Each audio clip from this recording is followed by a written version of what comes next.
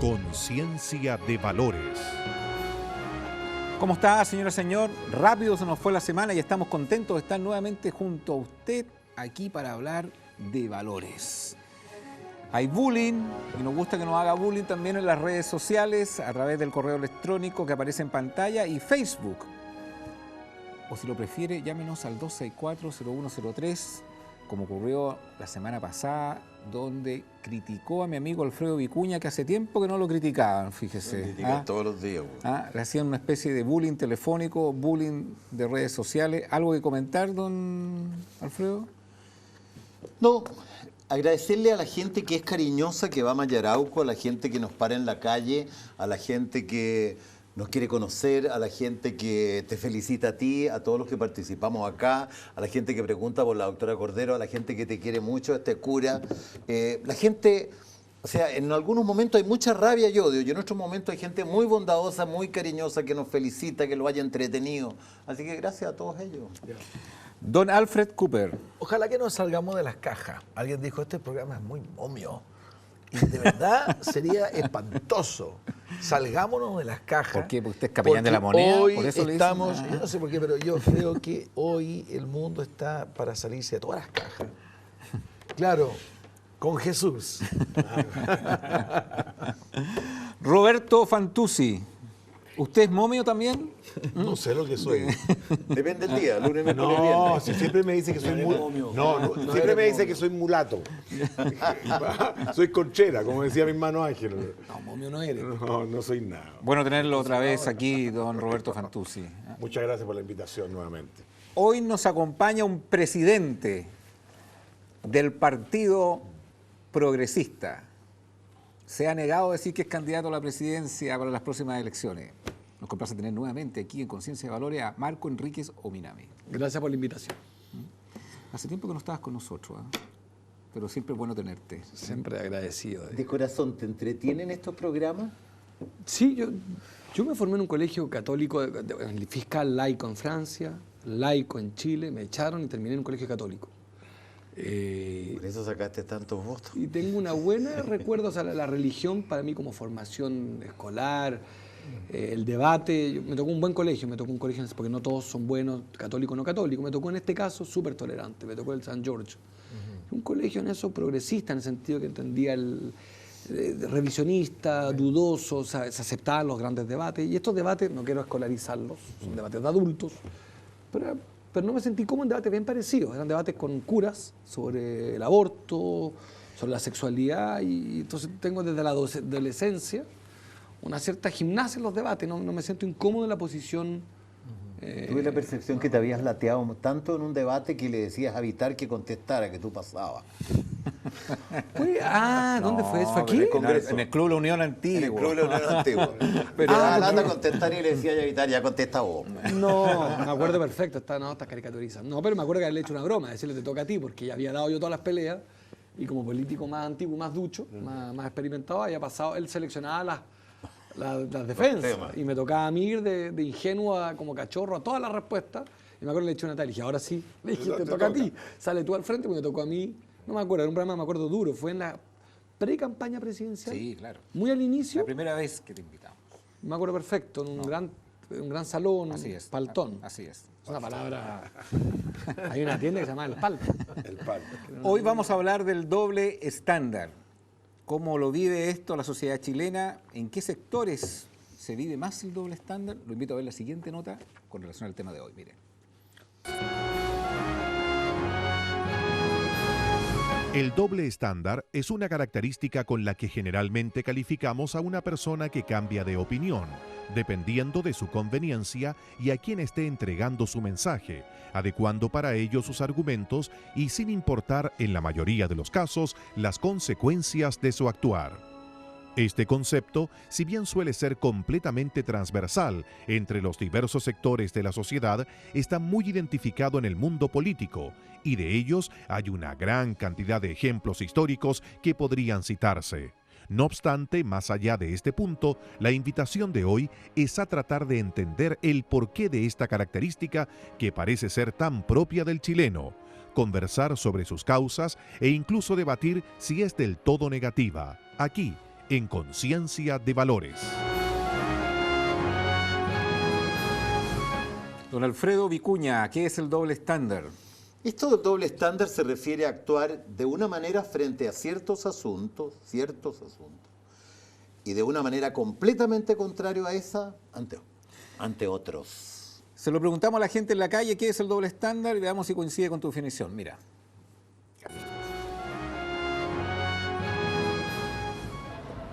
Hablar de una posición y actuar como otra posición. Todas las personas que actúan depende de sus conveniencias. Bueno, decir una cosa y hacer otra, digamos. Y muchas veces se presta a eso también. Doble estándar significa que uno dice una cosa y hace otra. Aparentar algo que no es. Doble estándar para mí es una persona que se muestra como algo o como alguien de determinada manera, pero que en el fondo no lo es, que tiene una careta. Sí, una persona que dice algo pero piensa otra. Para mí es una persona que dice una cosa y practica otra. Marco Enríquez, la concertación y el doble estándar, Piñera y el doble estándar.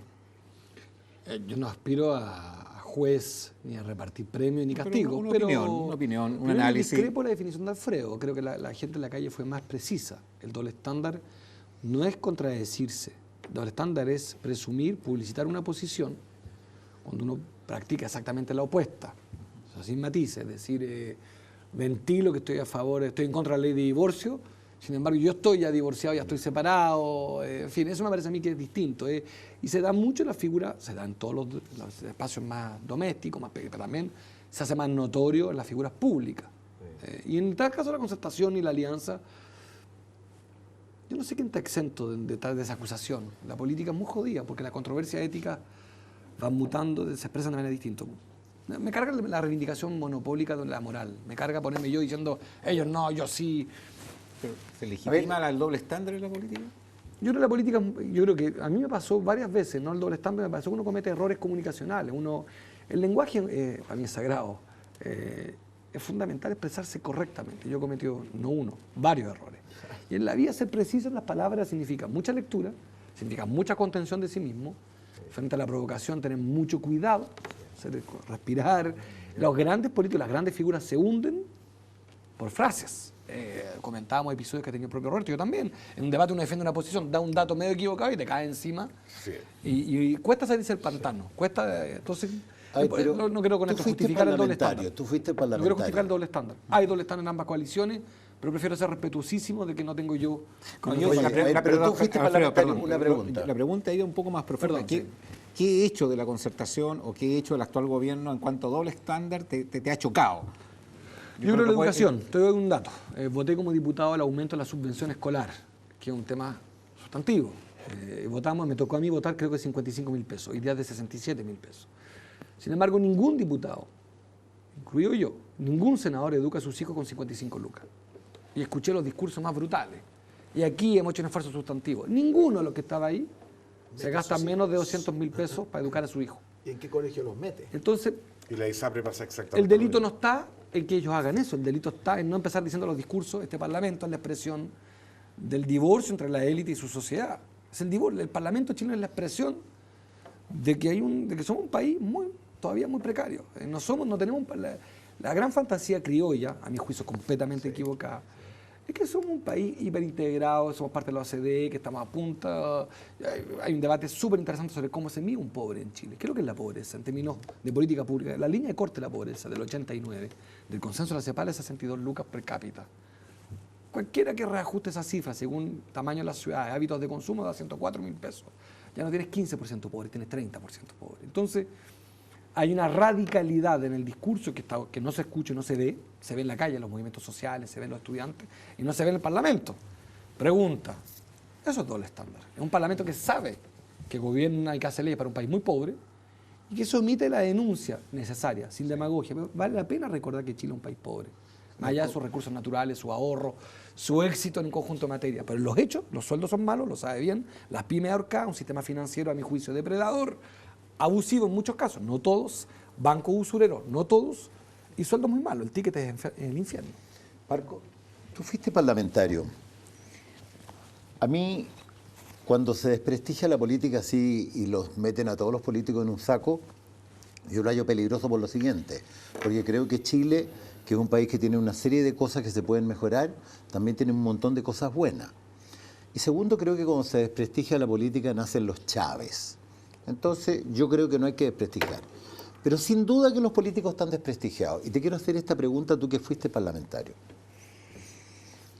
¿Tú te parece que es doble estándar o inmoral que los parlamentarios se fijen su sueldo? 5 o 6 millones de pesos, 8 o 9 los senadores, más pitutos llegan a 11 millones de pesos. Que ellos mismos fijen las reglas del juego y que digan que con 2 periodos tienen jubilación. Que ellos mismos se fijen todos estos beneficios que ellos tienen. ¿No te parece que debiera haber un tercero, alguien de la institucionalidad que tenemos nosotros, que regulara un poco lo que hace el Parlamento? Sí, y con Álvaro Escobar lo propusimos. Pero la controversia que tú planteas es más profunda, no es solamente esto que es importante. El Parlamento es, por esencia, hay doble soberanía en Chile. El presidente de la República electo por sufragio universal y los parlamentarios. La soberanía es dual. Y el Parlamento, en algún punto, al igual que el presidente, expresan conflictos de intereses sin solución. El reajuste fiscal del 10% del 2008 era un reajuste que todos votamos a favor. Sin embargo, ¿a quienes beneficiaba sustantivamente? A los diputados, porque el aumento no era de 7 lucas, era de 400 lucas por diputado. Nosotros teníamos un lío. Inhabilitarnos sería también de un profundo cinismo. Creo que con Álvaro, no recuerdo bien, creo que nos inhabilitamos algo y fuimos muy criticados por nuestros pares. Teníamos razón nosotros, estoy seguro, pero en algún punto tenían razón ellos, diciendo que facilismo, porque si nosotros no votábamos ese reajuste, no lo recibían tampoco los funcionarios fiscales menores. Pero habría que haberlo separado, entonces. No era fácil, habían problemas prácticos, pero yo entiendo el punto, lo que tú vas, yo estoy completamente de acuerdo, es sí la respuesta. Sí, tienes razón, así tiene que ser. Al mismo tiempo, cuidado que también es súper populista y súper demagógico, en la misma línea que tú dices, no desprestigiarlo, y me gusta tu punto de defender la institucionalidad que existe, que hay que mejorarla, que la encuentro imperfecta, pero reconocer que se requiere, dentro de la democracia representativa, más democracia participativa y directa. Dicho esto, también es cierto que mientras más tú hagas caricatura respecto al sueldo de los políticos, tú omites 2 debates. Uno, yo prefiero 1000 veces parlamentarios bien pagados que parlamentarios mal pagados que terminan buscando en las farmacias, en las eléctricas, en los bancos, en las mineras, soluciones para personales. Pero que no se fijen ellos el sueldo. No estoy de acuerdo, pero quiero apuntar más allá a la pregunta. Creo que el tema no es solamente ese. Y segundo... Pero se les paga mal tampoco un parlamentario. No, por eso. Yo lo que digo es que pagarle bien. Que cuidado, que los países, hay otros países que tienen más bajos sueldos y lo que reina, y eso está demostrado, es el narco. Son narcodiputados. Los tipos van a buscar los lucas que les faltan a otra parte. No estoy diciendo que esté mal pagado, estoy diciendo que cuidado con el razonamiento simplista de decir que ganen 500 lucas al mes está bien, pero lo que va a tener el incentivo es tanta la tentación. Cuando tú votas ley, el nivel de alcance que puede tener una indicación tuya, de freno una ley, de bloqueo una ley, o al revés, de acelerar un proceso regulatorio es gigantesco. Segundo, yo sí agregaría algo. Sí, estoy de acuerdo que hablemos del sueldo de los políticos. Ahora, hablemos un poquito de la Polar. Hablemos un poquito de un conjunto de áreas hiper desreguladas, de escándalo. Los medios de comunicación, quiero decir que los mismos medios que hacen estos reportajes, me parece estupendo, fiscalizando a los diputados con cámara secreta, me parece estupendo, mostrándolos flojeando, sus prebendas, la asistencia de los diputados, no lo he visto, haciéndose una autocrítica del premiado a Pablo Alcalde, el empresario de la década. Estoy de acuerdo plenamente contigo. Esto fue hace 12 meses, esto no fue el 2001. Pablo Alcalde fue premiado como el innovador, el emprendedor número 1 y la Polar como el emblema. ¿A quién le hacen la crítica? A los medios de comunicación en general. Pero los medios de comunicación tienen un dato duro, tendrán una rentabilidad, tendrán un balance, tendrán una historia, no pueden saber todo el armamento que hay detrás para diseñar esa estructura. O sea, es un producto, lo ven, es objetivo, es claro. ¿Cómo podrían saber que no? ¿Y cómo alguien supo que el señor de Pisa Pisa sacaba la carne que le sobraba a los platos que los devolvían y los ponían en la pizza que iba saliendo. O sea, también los periodistas podrían haberse averiguado cuántas miles de personas. Fue engañada la Cuando prensa. llegó el CERNAC nuevo, cuando llegó Peribonio, se encontró que habían 1.100 reclamos. Y hay antecedentes grabados que el director antiguo del CERNAC y Pablo Alcalde almorzaron en el Club de Golf. Marco, No, pero pero hay un doble estándar ahí, contrapunto. perdón, hay un doble estándar porque tú mencionaste el caso La Polar y me acordé, si tú ves que hay un conflicto de interés cercano al doble estándar cuando los grandes financiadores de la publicidad son el retail, también en los medios de comunicación. Entonces, pareciera ser compleja esa situación. ¿Cómo lo ves tú? Yo agregaría un contrapunto sobre el énfasis que tú hiciste. No es cierto que la prensa no haya tenido acceso a denuncias. Los diputados, los partidos políticos, muchos líderes muchas veces se pasan de revoluciones, pero hace mucho rato que hay denuncias sobre el tema del sistema previsional, sobre un conjunto de abusos que no son suficientemente tomados en serio. Sin embargo, es muy entretenido y me parece estupendo pillar al ladrón de la caja chica del ministerio no sé cuánto, cuando en realidad hay una cantidad de casos muy escandalosos de elusión tributaria famosa. Una pregunta: las 4 fortunas más grandes de Chile, los 4 patriarcas de la fortuna fallecieron. La ley de herencia, ¿qué dice? 25% de impuesto a la riqueza, a la fortuna, a la propiedad, a la herencia. Si uno suma lo que dicen las revistas, 20.000 millones de dólares una fortuna, 10.000 la otra, redondeémoslo en X, lo que tú queráis. ¿Tú escuchaste que al fisco le entraron el 25% de las 4 fortunas más grandes de Chile en... Pero Eliodoro Mate había entregado sus acciones hacía 25 años a Eliodoro Hijo, ¿no? Está bien, es muy difícil de sancionar, pero si se trata de fiscalización, de escándalo, yo habría hecho un buen reportaje diciendo, mire, ¿qué hizo un empresario? Las 4 grandes fortunas de Chile acaban de fallecer. Tiene un error. En un caso se pagó. Exactamente. Anacleto Angel. Así es. Fue el único que pagó. Pero tú ves doble estándar. ¿Cuáles son los dobles estándares en el mundo de los empresarios? La clásica. Mira, yo creo que yo no comparto con la idea de usted que todo está malo, ¿ah? ¿Nadie ha dicho eso? No, pero que ya la sensación que los políticos ganan, todos los diputados y senadores ganan esa cifra que dijiste tú, y que en el ambiente, que es una tremenda cifra, que es abuso con respecto al resto. Es abuso que doble se la fijen ellos, si en el método, si en la cantidad no nos hemos preocupado de la cantidad. Si el abuso no está que se lo fijen ellos, es la ley que lo determinó que fuera así, y eso somos todos responsables. ¿Cuál es el doble estándar? Pues te vuelvo a insistir, yo tengo doble estándar, yo actúo de una manera en ciertas ocasiones y con otras personas de otra manera. Y me pasa cuando doy charla que digo una cosa para no producir roce con alguno y lo puedo decir en otro lugar. Siempre, oye, y lo otro, que no estamos en el cielo. Cualquiera persona, a cualquier institución que revisemos en cualquier país del mundo, y me atrevo a decir hasta el Vaticano, le vamos a encontrar defectos. Hablar del cielo tenéis que pedir permiso. El cielo. Y no estamos en el cielo y todos tenemos acciones que a veces tenemos... Pero ¿cuáles son las típicas que tú ves en el sector empresarial como acciones de doble estándar en su actuar? Que a veces uno hace un comentario X y en la vida real hace otra. Por ejemplo, algunos dicen... hago responsabilidad social y después hace así un poquito y porque está pagando las leyes sociales. Entonces, hay en todo orden de cosas. Y si los empresarios son seres humanos, igual que los políticos, que los curas, etcétera, etcétera. Pero no me contestaste Sí. muy contundentemente la pregunta. Si tú estás cerca de las empresas, de las medianas, las pequeñas, las grandes. Date cuenta de la discusión que hay hoy día tributaria. Es un tema difícil, ¿verdad? Y el 99% de los empresarios dicen, por un lado, que no hay que subir los impuestos, pero en los momentos que hubo, suben los impuestos. Yo agregaría sobre eso un punto.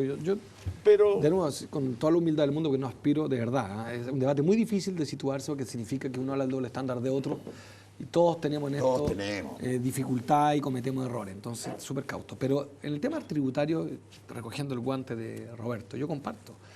Lo único que he escuchado, eso se llama doble estándar. Ahí tenía un ejemplo concreto. Y en todos los temas siempre vamos a encontrar esa dualidad. Pero aquí un ejemplo. Ellos, los empresarios, los grandes, no todos. A propósito, de las grandes fortunas hay unas que son mucho más tolerantes a estos debates. Otras grandes fortunas mucho más reacias, para no hacer paquetes y caricaturas. Cuando uno dice que quiere subir los impuestos a las empresas, lo que ellos te responden, en general, es que esto va a frenar la inversión. Y van a arrancar los capitales chilenos fuera de Chile. Sin embargo, corríjanme la cifra, son más de 40.000 millones de dólares los que están invertidos fuera de Chile, de empresas chilenas. en mercados como Argentina y Perú hay negocios chilenos y las tasas tributarias no son más bajas, Son superiores. son más altas. Se la pregunta, ¿por qué en Argentina pagan impuestos sonrientemente, mayores que lo que pagan en Chile? ¿Por qué pagan impuestos más altos en Perú? Y aquí son unos ataques de amenaza, se caer la tierra. Yo Pero es la defensa de ellos, sí. Oye, tú te has defendido también, y ahí viene el doble estándar en que tú acabas de decir Es la que caemos retórica, todos. está bien, pero que cuidado que la filosofía en eso es bien brillante, distingue la retórica, el arte de la retórica, que el doble estándar, que es un concepto bien contemporáneo. El doble estándar es, insisto, no es lo mismo la retórica, que es presumir inventos, casos concretos. Vuelvo al ejemplo que ocurre mucho. No, el núcleo central es la familia, y yo rechazo toda forma de violencia intrafamiliar, y el tipo le pega a la señora y sale condenado a los 6 meses, acusado y condenado. No sea la hija. Entonces, pero el tipo además, y el error, primero 2 delitos aquí, el hecho de pegarle a la señora, papá, pero además de dar entrevista en televisión, eso ya es insoportable. Él haciendo una especie de monólogo y diciendo yo quiero decir a los golpeadores, el tipo pega. ¿Te acuerdas los ¿Me diputados, explico? colegas tuyos, que eran como una línea blanca y finalmente terminaron destituidos como diputados porque se los habían comprado? Una de esas que regulan los automóviles, Sí, qué el sé yo. caso. Pero hay una cosa que me gustaría Eso que... es corrupción purísima, no sé si hay doble estándar, porque... No, pero ellos eran, pero no era acuérdate presidente que de la tenían Comisión de unas Transparencia. bolas blancas, eran los puros. Ah, ¿sí? Ah, No no, me acordaba, perdón. transparentes, Puede tenían ser. unas bolas blancas, unas Tienes redondelas razón. blancas. Puede ser. Y de repente habían sido coimeados. Oye, Pero hay Alfredo, una cosa cortita, sí, pero cortita. es que antes que Alfredo no intervenga, hablaba nada. quiero ofrecerle la palabra a Alfred Cooper porque había un doble Lo que estándar. pasa es que hizo una acusación, Alfredo, a una persona que yo la conozco muy poco, a José Roa con el Pablo Alcalde, que almorzaron. Yo puedo estar almorzando con Marco y que Marco cometa un delito y no por eso yo soy culpable del delito de él. Estoy de acuerdo. Bueno. Entonces puede haber sido íntimo amigo. Entonces que tú planteaste una situación que a la duda es lo que hacía Hitler. La mitad de la verdad, la mitad de Porque verdad. habían miles de y personas muchas ya mentiras. alegando que habían sido mal repactados y que no se hizo la denuncia en el momento, y ahí donde falta lo que decía independiente del por caso en regulación. particular. Todas las compañías telefónicas hoy día estarían en la misma situación y han hecho miles de denuncias.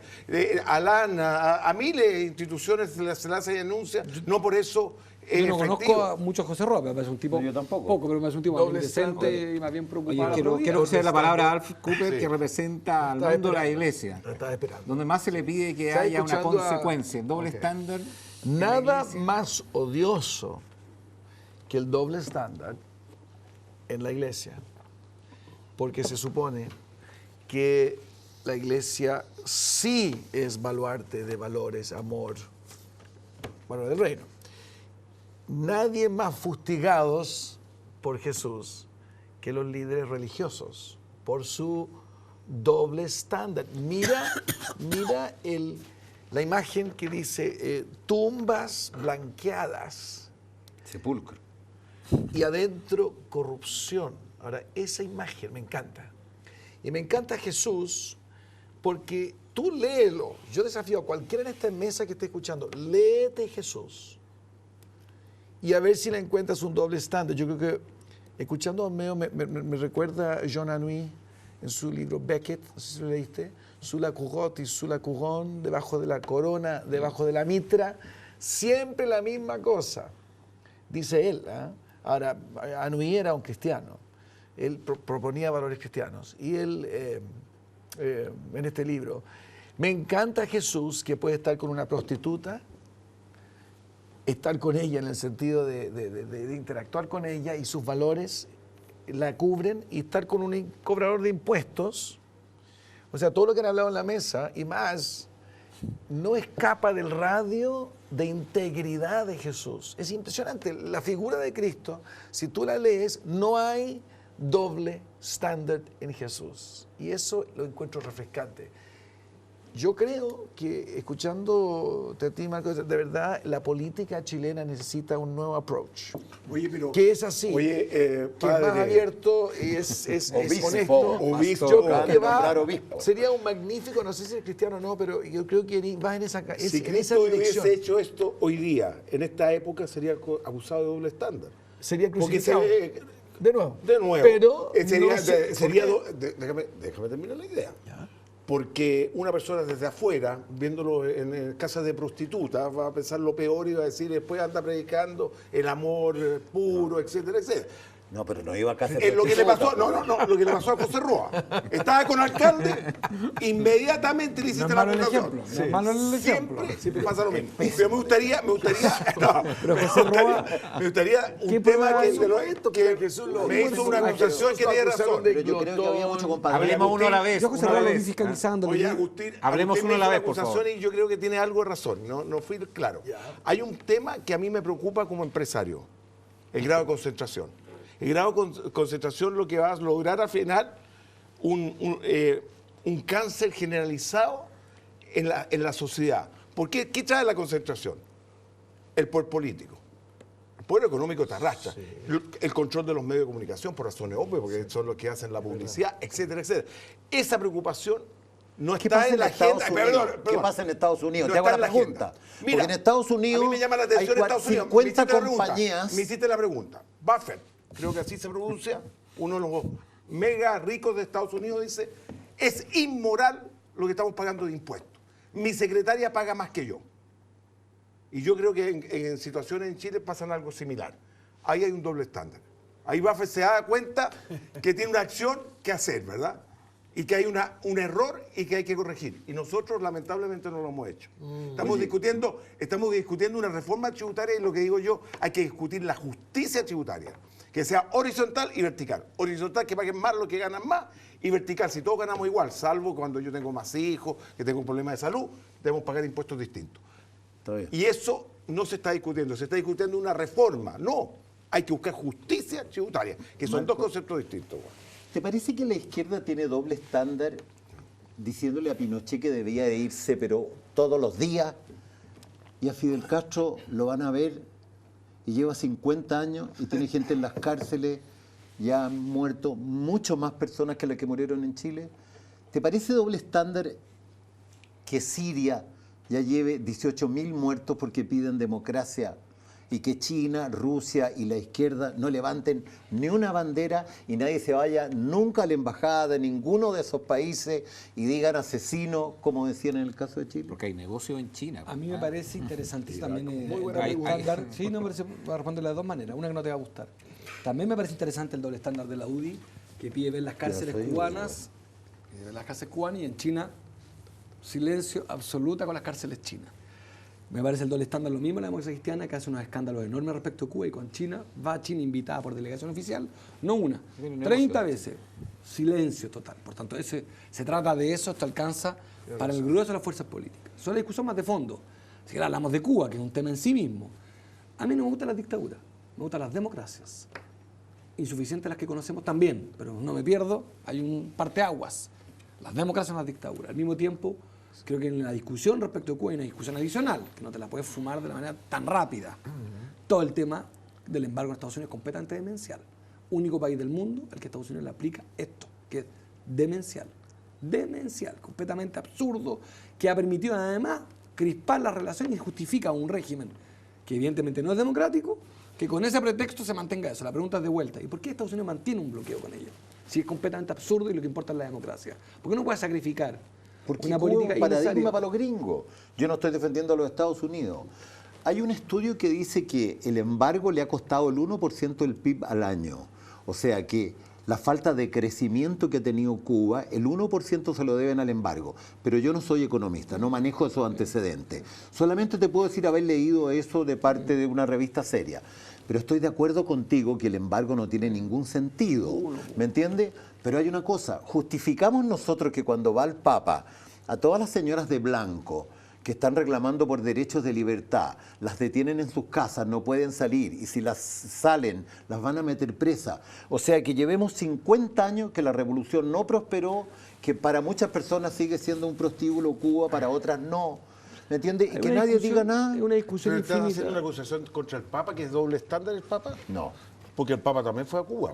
Bueno, pero es la misma acusación que hace la Bachelet. Bachelet. La misma acusación que le hace la Bachelet. No, pero ¿qué le dijo a los cubanos? Pero espérate, ¿qué le dijo al gobierno? Que había que hacer muchos cambios. Compréndeme, el mismo argumento que lo usaste para la Bachelet, porque eso es lo que pretendiste decir, Lo puedes usar O sea, vos querés pelear conmigo y yo no voy a pelear contigo porque te quiero mucho. No, porque son los argumentos lo que no corresponde. Pero mira que se enroda. Resumen, José Roa, gran director de CENAC, Probo. Se trata de doble estándar, te darás cuenta que las cosas se complican un poquitito. En política exterior creo que te metiste en un pantano, las políticas exteriores son particularmente complejas. Hay mucha más la diplomacia, no solo de interés, sino también de principios. Si haces tu aproximación, yo estoy de acuerdo. Ahora, déjame decirte, cualquiera que haya gobernado o que aspira al poder, sabe que en política exterior las cosas son extremadamente complejas.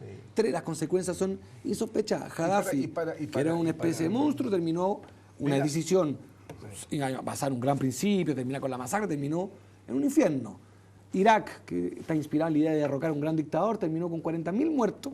Irak, donde uno empieza a preguntarse qué fue la solución, porque lo que tiene es un país completamente destrozado, empobrecido, casi en guerra civil, nunca encontraron la acusación, un dictador ahorcado que a mí no me produce ninguna... Yo no defiendo a los gringos. No, quiero decir que en política exterior, creo que te metiste, lo digo fraternalmente, en un pantano, porque se trata de Juan Pablo II, vino a Chile en dictadura, y tampoco, para ser bien justo también, algunos nos quedamos con una cierta hambre de un poquito más de audacia. En el año 88 había evidencia suficiente de que habían cuántos problemas, habían ya 1.500 desaparecidos. Yo hubiese preferido un planteamiento un poquito más severo, lo que no quita que fue clave su presencia y detonó un proceso. Pero tú lo ves desde infinita la discusión. Fíjate que en un avión recién, un polaco, papá polaco, ve las cosas de otra perspectiva. Así es. ¿Entiendes? Entonces el polaco me decía, Chile, Pinochet. Dije, a ver, ¿por qué?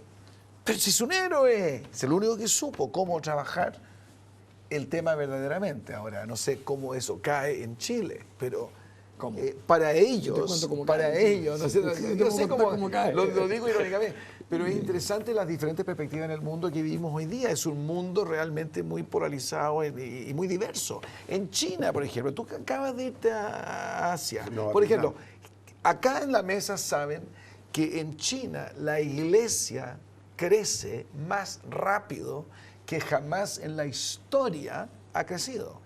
10% de China son lo que llamaríamos en Chile canutos, son convertidos, son evangélicos, es impresionante. En un mundo maoísta, budista, esto puede caer como sorpresa. ¿Qué está pasando en el mundo que vivimos hoy día? ¿Y si le cae a él?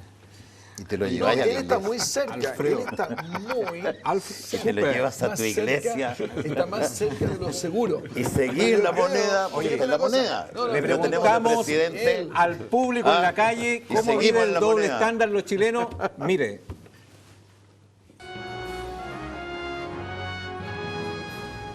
Yo diría que política. Hay mucha hipocresía en ese aspecto. Yo creo que en todos los sectores. Sí. No es privativo de un estándar de vida, digamos. La política, creo que sí. Porque los políticos mienten demasiado a la gente. En la política, el doble estándar es tremendo. Somos un país de doble estándar, queremos o seremos muy ambiciosos de querer lo que tiene el del lado, entonces yo creo que por eso vamos endeudándonos, por querer tener el auto que tiene el vecino, por querer tener el plasma que tiene mi hermana, entonces nos vamos endeudando y vamos aparentando cosas que no tenemos. Políticamente el doble estándar se refleja harto, porque por todo, por los movimientos estudiantiles que han habido, por todo, o sea, por todo como estamos el país en sí, se ve un doble estándar en el gobierno, no hay soluciones, dan ideas, pero no hay soluciones. Para mí, por lo menos, lo que es la política. Que los políticos siempre, cuando están en sus campañas, te ofrecen una cosa, te ofrecen otra, y la verdad es que no cumplen. Para mí, hoy en día la política es que te roben con corbata. Nada más que eso, se preocupan de ellos y no se preocupan de las cosas malas que están en el país. Marco Enríquez, la política es principalmente lo que opina la gente donde hay un doble estándar. Tú has criticado que la concertación y la alianza es más de lo mismo. Cuando se ven las encuestas, la baja popularidad que tiene el presidente Piñera, la concertación no tiene nada tampoco que envidiarle, es peor. ¿Qué tendría que cambiar? ¿Qué tendría que ofrecer Marco Enrique Minami si la mayoría de la gente piensa que los políticos son de doble estándar? Yo estoy de acuerdo, la política está completamente en crisis. Chile no es original en eso, es una mala noticia. La tentación de los pueblos cree que lo que viven es particular. El mundo, las democracias están en crisis. O sea, no es cierto que Chile esté en la vanguardia de la crisis. ¿Un par de puntos para explicar la crisis? La crisis de representatividad y participación afecta al mundo entero, sistemas presidenciales, sistemas parlamentarios. Italia, Grecia. Grecia es una democracia harto más antigua que la nuestra. Terminó el FMI imponiendo al primer ministro. Italia terminó con el FMI y el Banco Mundial. Pero las causas. Las causas, yo creo que la democracia representativa está en crisis, que hay que avanzar hacia una democracia participativa. ¿Y qué tendría que proponer? Yo creo que hay que cambiar las reglas democráticas y no solamente la economía. La tendencia del debate permanente es la economía y no la política. Hay un abandono y una falta de coraje de la clase política. Defender el debate sobre las reglas. Ponnos algo así concreto. 5 reformas rápidas. Yo creo primero que el tema es constitucional, es de las reglas de convivencia. 5 reformas rápidas. La figura monárquica presidencial es infantil. La idea que un hombre o una mujer pueden resolver todos los problemas es infantil. Esto es un asunto de un pueblo, de un destino entre todos. Y por tanto hay que distribuir poder. Figura primer ministro que cohabita con figura un presidente. Mantener el monarca. ¿Te gusta el primer ministro cambiar el régimen? Sí, mezclado con un presidente. Cuidado, semipresidencial. ¿Qué va a cambiar eso? Enorme. Japón, te doy un ejemplo práctico. Un terremoto y un tsunami en Japón. A los 6 meses que el primer ministro no cumplió con la reconstrucción y los japoneses, la temperatura cambió, se crispó el ambiente y el parlamento se fumó al primer ministro ya. En el Transantiago, no sé si te acuerdas, fue un trauma desde el punto de vista de la política pública. Los gobiernos cuando están en una crisis política no hay ningún mecanismo. Ejemplo práctico. Un gobierno comete un error de política pública gigantesca, lo lógico es que hay un cambio de gobierno, no de presidente. Aquí todo es un trauma. Son crisis institucionales, cuando es completamente normal que los gobiernos se caigan, pero la institucionalidad continúa con la figura presidencial, que es la continuidad de la institucionalidad. Lo que tiene que caerse es un gobierno. A ver, si un gobierno, 10 ministros estaban en el Transantiago, 10. El Comité Consultivo de la Vivienda, estaban 10 ministros metidos. La mitad del gabinete aprueba un Transantiago. Se equivocan rotundamente. ¿Para qué meter el dedo donde duele de nuevo? Ya sabemos. ¿Qué ocurre? El gobierno dice, lo resolvemos, apenas le piden la renuncia al ministro de Transporte, salen eximidos todos los demás ministros, incluido Andrés Velasco y compañía, que habían sido evidentemente corresponsables de esto. El gobierno intenta cambiar la agenda por la vía de otros temas, pero sin asumir que su principal desafío era uno solo: resolver el transporte público en la capital, porque ninguna capital puede vivir sin eso. Y fue un trauma para millones de santiaguinos que se demoraban de pasar de 1 hora a 4 horas diarias en humillación a la cual ninguno de los que estamos aquí hemos sido sometidos. 4 horas para llegar al trabajo en la mañana y, como lo vimos, 4 horas de vuelta en invierno, unos fríos horrorosos. Entonces, ¿cuál regla cambia eso? La responsabilidad política. El castigo, el control social, premio y castigo. Usted tiene un mandato nítido. ¿Este planteamiento de RNDC? Sí. Eso es lo que están planteando. Humildemente lo planteé hace mucho tiempo, pero nadie tiene de nuevo el monopolio. Qué bueno que ellos también estén en esa línea. Segundo, temas regiones. Lo que tenemos es demencial. Una pregunta para ti. Si tú estás a 2.000 kilómetros de tu casa y tienes un problema, ¿cómo lo resuelves? Por teléfono, con angustia, mal. Si estás en tu casa y está el problema, ¿cómo lo resuelves? Mejor. Por tanto, el problema de Chile, que es el único país de América del Sur junto a Perú y Uruguay, que tienen un sistema colonial central y unitario. ¿Qué proponemos? Que donde está el problema se acerque el eje de la decisión. Se llama federalismo. Brasil, Argentina, Colombia, Venezuela, Ecuador. Gobiernos de derecha, de izquierda, de Argentina como están con el federalismo. Por eso voy ahí. El señor Kirchner no le da plata si tú estás en desacuerdo con él. Toda la razón. Hay federalismo y federalismo. Hay federalismos más agudos, federalismos más atenuados. Yo no estoy a favor de las policías propias. Creo una sola policía. Hasta ahí hablas de sistema político, pero la gente que ahí dio su opinión... Aquí está mi derrota. Es que esa es mi derrota permanente. De eso, lo sustantivo de mi propuesta, me preguntó él, y tú me preguntas cuál es la explicación y el camino que propongo. Correcto. Antes de las IPC, de las atribuciones del Banco Central, que son claves, hay un problema previo. En Argentina lo que hizo crisis no fue la economía, fue la política. Cuando las confianzas se rompen, lo que piden ellos, reglas más o menos democráticas que se sostengan. Cuando ya se dinamitan los sistemas políticos, vale decir, las reglas de la convivencia, se va a la sociedad. Tercera reforma, ley electoral es muy largo, binominal, hay que superarlo, votos de los chilenos extranjeros, algo que pueblo la gente indígena. sienta más fuertemente. Es que yo te quiero decir, yo entiendo mi desconexión y un cierto divorcio con el tema del precio de los combustibles, del desafío, del timbre y estampilla. Entiendo esta famosa eslogan de Frei, Ruiz Tagle, Lavín y Lago Escobar, que fue los problemas reales de la gente. Eso, tú me consideras, fracasó. El movimiento estudiantil no está pidiendo, partió pidiendo pase escolar y terminó pidiendo final lucro. O sea, ¿tú no crees en los impuestos verdes?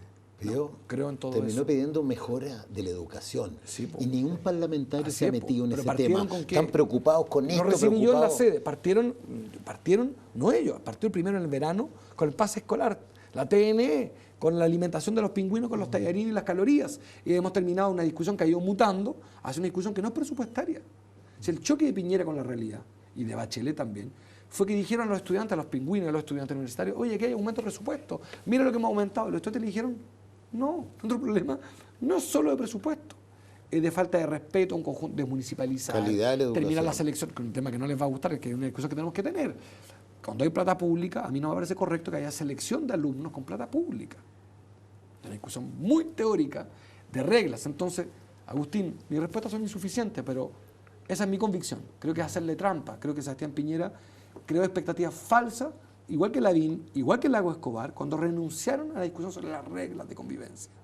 Creo que los debates de sociedad, las controversias éticas sobre los derechos sexuales y reproductivos, sobre las minorías sexuales, son debates que conmueven a la sociedad. Alguien te diría, me lo dijeron a mí desde la izquierda, a ti que te interesa tanto la izquierda, y también desde la derecha, cuando planteé la ley sobre minorías sexuales, se me acercaron los parlamentarios de ambos bandos para decirme, Marco, estás completamente fuera de tiesto, estás fuera de la discusión, no son temas que le importan a la gente. Yo le dije, te equivocas, es una concepción del ser humano completamente equivocada. Los derechos, la capacidad y las libertades son un debate permanente. Tú estás hablando de eso permanentemente. No te escuché hablar de inflación. Tu desafío, lo que sugiero, que creo que todos admiramos de Jesucristo.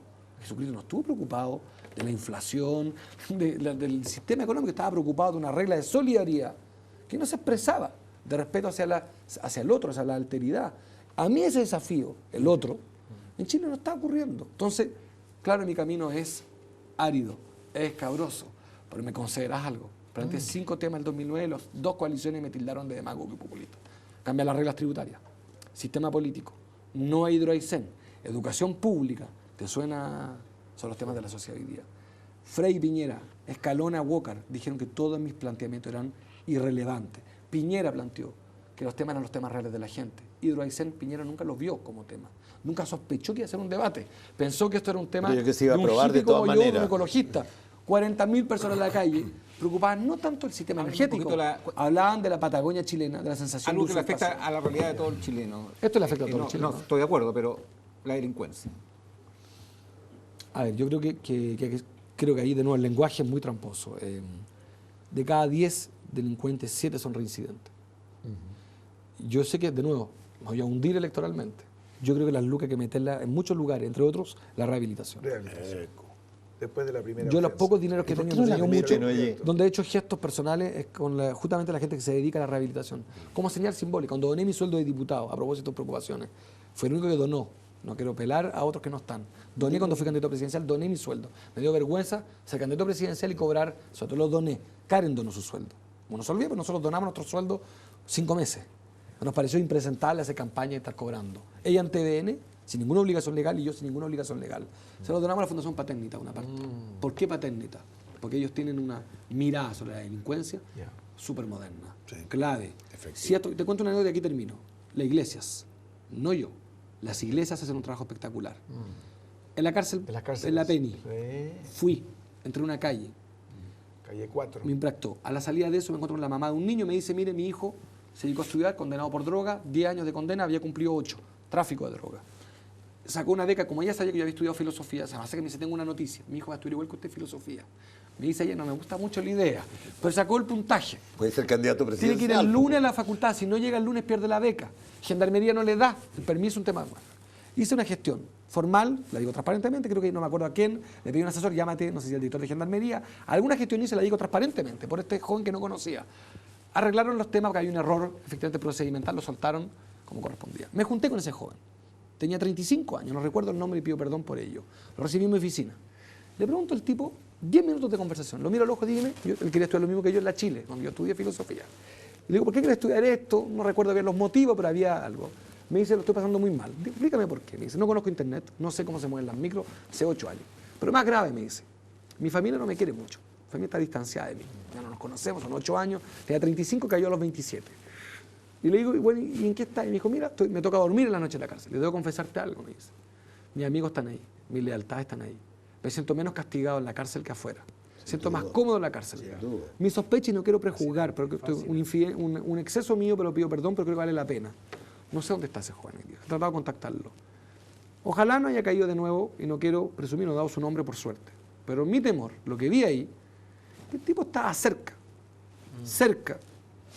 de sentir que en alguna parte la cárcel era su domicilio. Y no lo noté tan agradecido de sí mismo, de haber superado, de haber cumplido su condena con humildad y estudiar filosofía. Estaba más bien en la sensación de que aquí estaba más cómodo, que los códigos, me dijo, mis grandes amigos están en la cárcel, los echo de menos. O sea, mira la emocionalidad. Y si la sociedad no le da oportunidad a ese joven. Hay una discusión, yo he escuchado de la sociedad chilena que tú dices en la calle, he escuchado cosas fabulosas, también he escuchado cosas hiperreaccionarias. He escuchado gente que dice, si el tipo delinquió, 0 pesos para él. Que se sequen en la cárcel. Que se sequen en la cárcel. Bueno, señorita, señor, usted se lo va a topar de nuevo asaltándolo. La rehabilitación es real. En Pudahuel han descubierto que tratando a un delincuente primerizo, bien rehabilitado, rehabilitándolo con todo, es una visión de un alcalde cristiano, que 80% no vuelve a delinquir. Entonces está muy bien. La calle 4 en la cárcel, me dicen que el peor reo, el que pasó por solitaria 2, 3, 4 veces, finalmente los gendarmes le dicen, ¿sabes qué más? Si vos no te portáis bien, te voy a tirar la calle 4. Dicen, no, por favor, cualquier calle menos esa. Pero finalmente delinque de nuevo, para adentro. Y después de una semana, 2 semanas, ahí está con su Biblia, con su ternito. Bien vestido, limpio, arreglado, o sea, nada despintado. Sexta regla, yo creo que para hoy, mete a Jesús. Porque yo estoy seguro que es la única fórmula hoy que nos da valores, integridad, no doble estándar y permite rehabilitación de la sociedad entera. No soy alguno menos. Vamos a una pausa comercial y a la vuelta una entrevista a fondo con Marco Enríquez Ominami.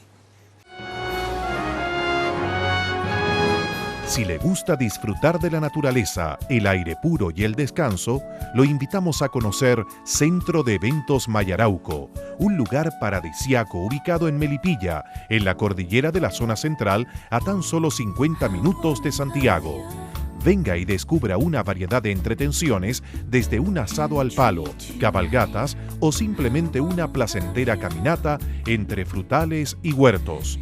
Consulte por nuestros programas de 3 días, 2 noches, desde 70,000 pesos o 7 días, 6 noches, desde 175,000, todo incluido. Centro de Eventos Mayarauco. Haga sus reservas al 831-1451, 831-4765 o escríbanos a mayarauco@tie.cl. ¿Quiere comer bien y pasar un grato momento? Lo invitamos a disfrutar lo mejor de la comida chilena en el restaurante Raúl Correa y Familia, ubicado en Avenida Las Condes, 10.480, en una hermosa y antigua casa colonial de estilo chileno. Raúl Correa y Familia ofrece los mejores productos en las más variadas preparaciones, teniendo un gran apego por recetas tradicionales de nuestro país, de la mano de emblemáticos platos de la gastronomía chilena, los que dan vida a una carta que se caracteriza principalmente por su diversidad, sabor y buen precio. Consulta y pruebe nuestro meridaje. Reservas al 243-4747 o 243-4748. Restaurant Raúl Correa y Familia, Avenida Las Condes, 10.480, Santiago. Conciencia de valores. Estamos de vuelta aquí para hablar con Marco Enríquez Ominami. Doble apellido, doble nacionalidad. Tú mismo has dicho, 3 padres. ¿Sí? ¿Tiene un problema con una crisis de identidad? No. El bilingüismo no tenemos monopolio. Lo tiene el pueblo mapuche, los rapanui, los aymara.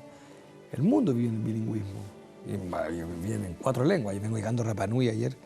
Una rapanui hablaba rapanui, francés, inglés y en 4º lugar español. No, creo que al revés, una riqueza ninguna. No, soy un ser complejo como muchos. Y por último, el bilingüismo, mi doble patria en algún minuto, porque también finalmente el primer idioma que aprendí fue el francés. Mi inicio fue producto de la fuerza, no producto de la convicción. Fui francés porque me obligaron, no me quitaron el pasaporte chileno. Pero hoy día, y eso lo tomé decisión a temprana edad, de chilenizarme. No fue un proceso fácil. Cuando te dicen que eres hijo de un revolucionario, me llena orgullo. ¿Te gusta? Sí, lo que pasa es que mi papá genera mucha controversia. Mi papá genera amores y odios. Pues. O sea, algunos lo consideran esto, otros lo denostan. ¿En qué te marca haber sido hijo de un revolucionario? Una cosa que se lo comento mucho a la Karen. He tenido momentos, como todos los seres humanos, momentos durísimos, de gran injusticia. En la política, apenas entré al Parlamento, fui acusado lo más injustamente de corrupción, lo pasé pésimo, de la nada. Me acuerdo haberle dicho a la Karen en algún momento, cuando estaba muy dolido, además muy dolido, le dije, mira, mi papá lo mataron a balazo, para serte franco, todo lo que me está pasando sigue siendo menor.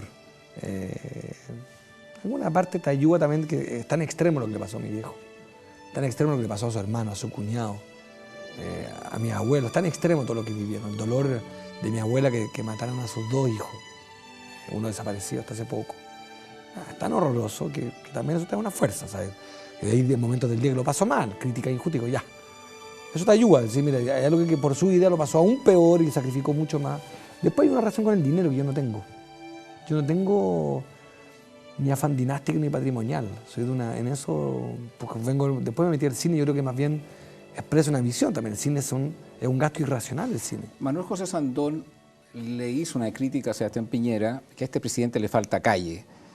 Esta desconexión que en general tiene el mundo político, a veces encerrado en las oficinas, en los parlamentos, y que le falta contacto con la gente. Marco Enrique, ¿tiene contacto con la gente? ¿Con la calle?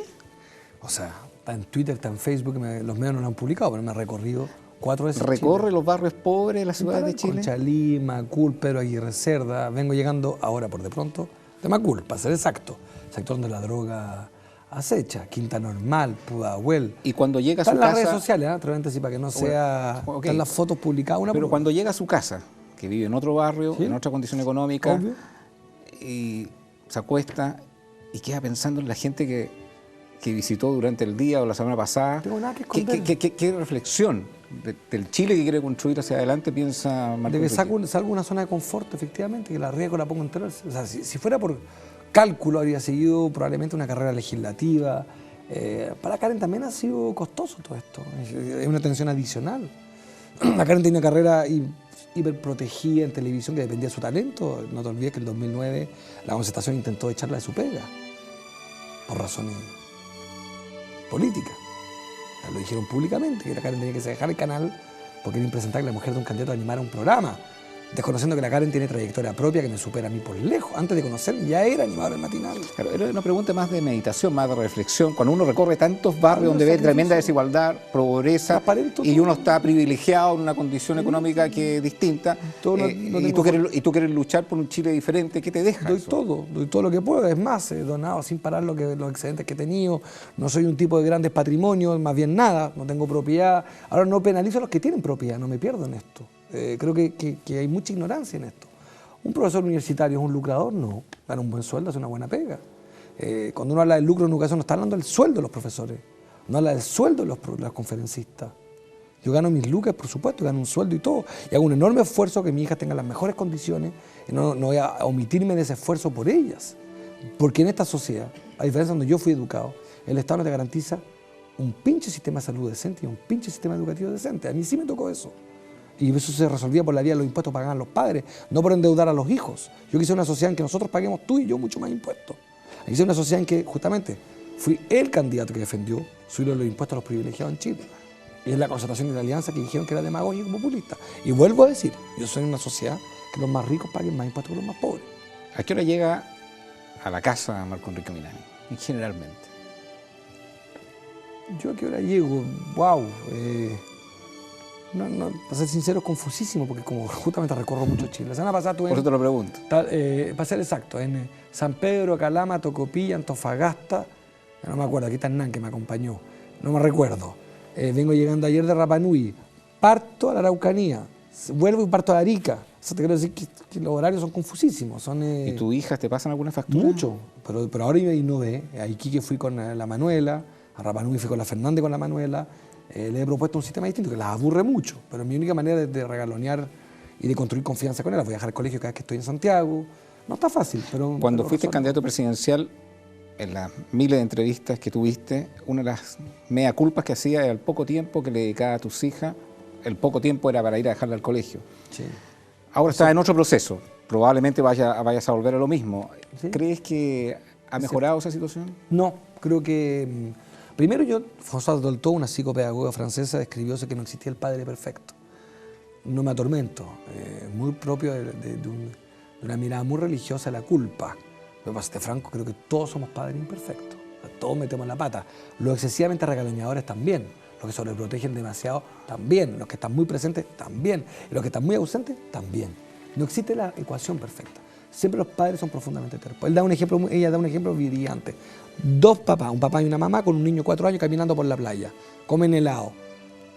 El niño que es más ansioso se come el helado antes que ellos. El niño le dice a los papás ¿por qué no le dan helado? Los dos papás jugando levantan el helado. El niño no alcanza el helado. ¿Qué dice Françoise Dolto? Esos papás acaban de cometer 40 crímenes. Se coludieron contra el niño, se ríen de su tamaño, lo hacen sufrir, lo torturan en esa caminata y ellos no se dan cuenta que esa tarde por la playa, que era según ellos un juego divertido con el niño, al niño le pegaron un pencazo durísimo.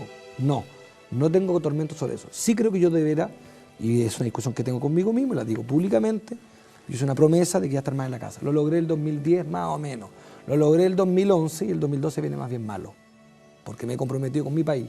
Le propongo a los chilenos y a las chilenas un contrato distinto, con un tipo de hacer política distinto. No tengo ningún monopolio y eso supone que en alguna parte de la ecuación no cuadra. Hagamos ciencia ficción. Alguien te paga, lo paga el sueño, duermo menos, lo pagan lamentablemente. Cosa que no me da orgullo y mi hija me jugará con severidad cuando sean más grandes. Han tenido un padre que optó por un camino, pero opté por dar una pelea que es profundamente impopular.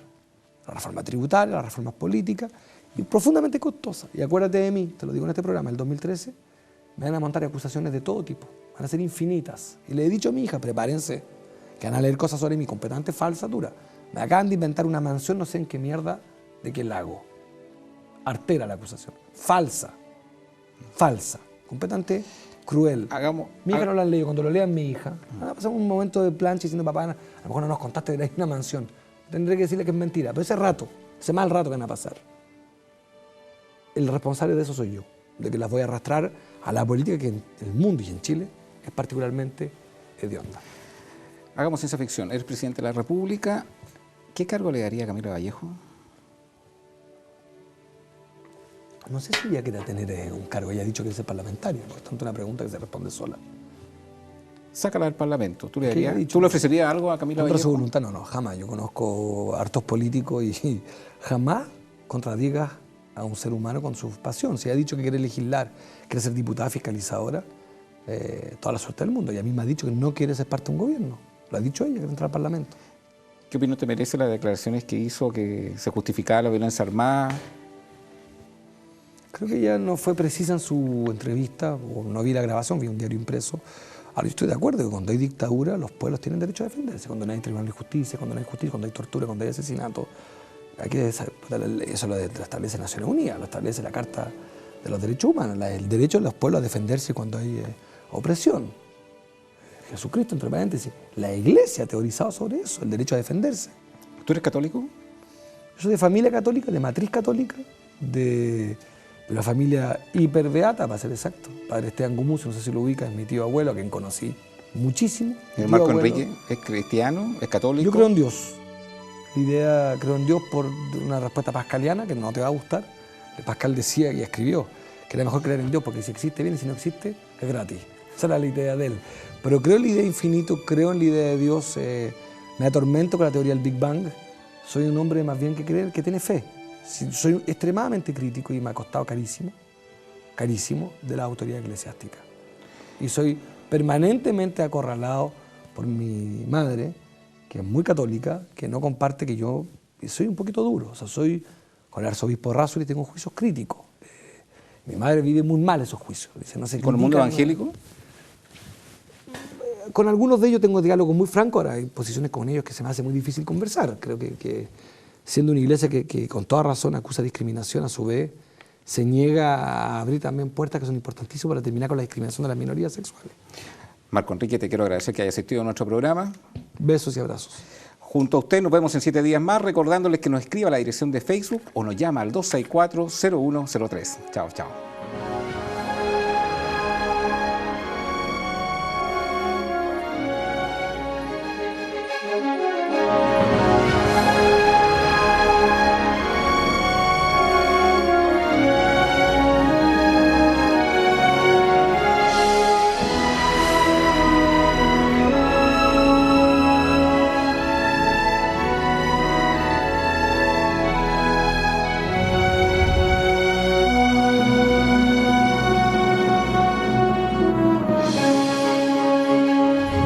Conciencia de valores.